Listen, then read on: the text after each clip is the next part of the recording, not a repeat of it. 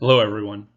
Today I want to discuss the ancient giants living among the indigenous people of the desert Southwest, specifically in parts of Utah. The Native Americans had much history to share on the topic. We've just failed to believe what was left behind from those that lived here before us. So we have an unknown presence in the rock art. Anthropologists have admitted this in writing. For us in this presentation, we're interested in what is labeled as Fremont, Barrier Canyon style, and a totally unknown culture. Where did this cultural labeling for these groups of ancients come from? The social scientists have little idea who the people were living there and creating the rock art. These cultural names were given to the unknown groups through home site locations where artifacts were found and could be studied, eventually tying in the petroglyphs to those cultures.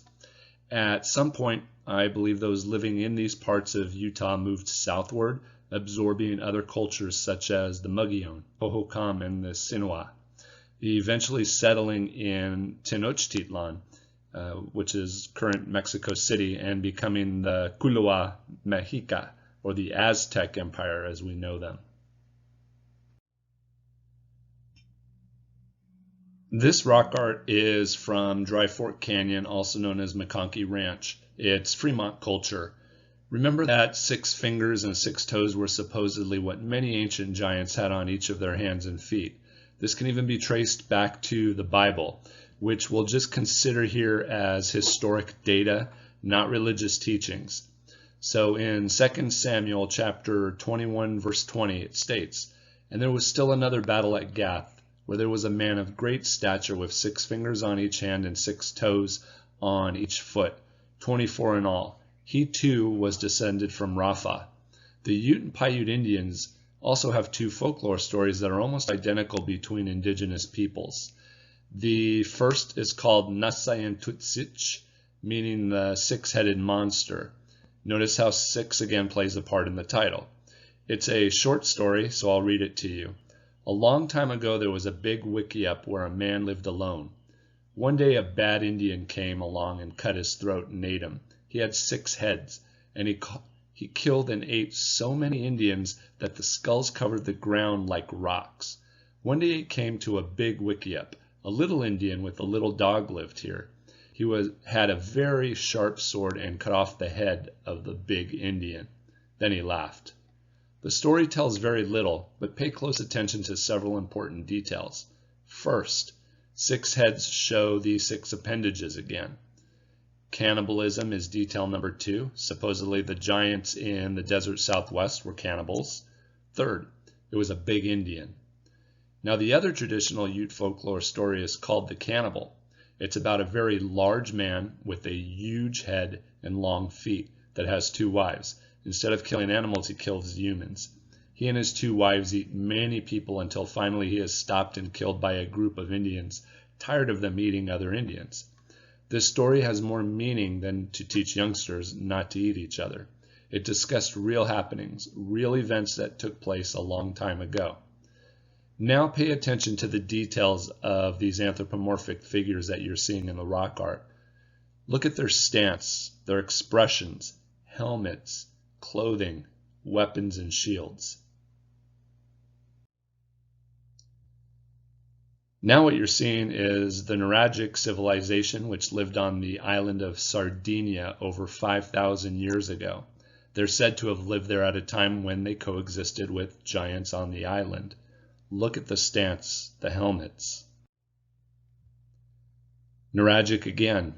No written records for this civilization have ever been discovered. Their civilization was considered and labeled to be of the Bronze Age cultures.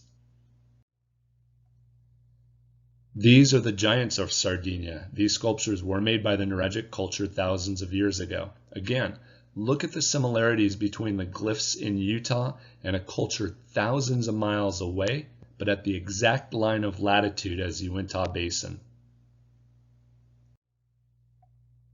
Now look at the comparison again between Sardinia and northeast Utah. Look at the eyes, the nose, and the mouth placement. The content is very similar to what is found on the basin. Location of this find and the basin are at approximately the same latitude. This is inside a hypogeum chamber, meaning underground, near Su Crucifixu Manu in Sardinia.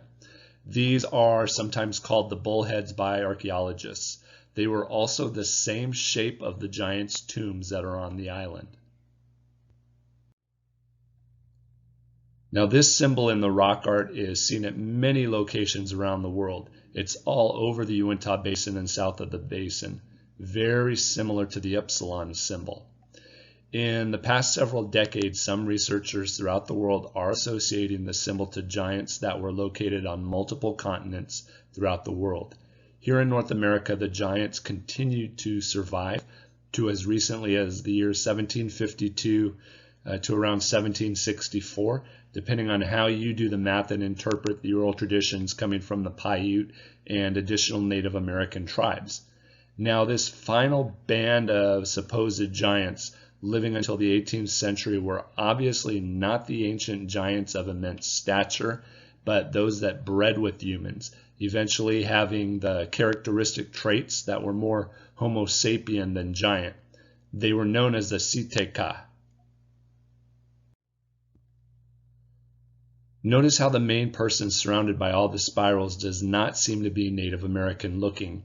There looks to be a crown on his head. And look at the upper torso. The clothing looks to have the upsilon in the style of the clothes.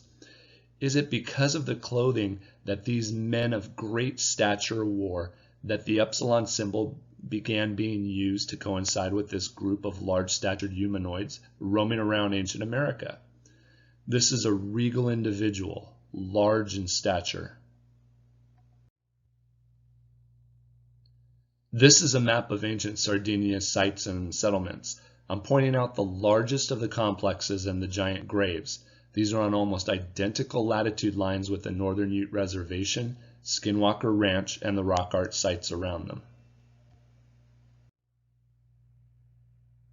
So the Navajo have an oral tradition. It speaks of the Si-te-cah people, a regal race of white giants endowed with mining technology. They dominated the West, enslaved lesser tribes, and had strongholds all over the Americas. The Navajo go on to state that eventually the giants were extinguished or went back to the heavens. That's an interesting statement to make. Now I'm getting to why I believe the ancient giants that lived here at the Uinta Basin are an important part of the history of the basin and the phenomena occurring here. The ancient giants were located all over the world. How they got here is still a mystery, but they required what was here, below ground. They were mining precious metals, minerals, and gilsonite thousands of years ago, most likely even before the last ice age came to an end. Some of them may have even survived a past worldwide catastrophic event by taking shelter below ground in the deep underground cavern and tunnel systems running throughout the Uinta Mountains and basin, even directly below the mesa, which is directly north of Skinwalker Ranch.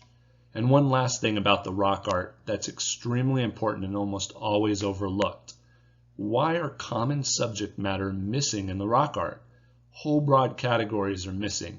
You see no pottery, cooking utensils, no hand tools, dwellings, food, blankets, or musical instruments, no harvest scenes or maize, corn. Why are the things that were most important to these groups missing? What was going on to cause this? And what was so important and strange taking their place in the documented history? Well, for one thing, you had giants roaming the earth, and they didn't seem too friendly.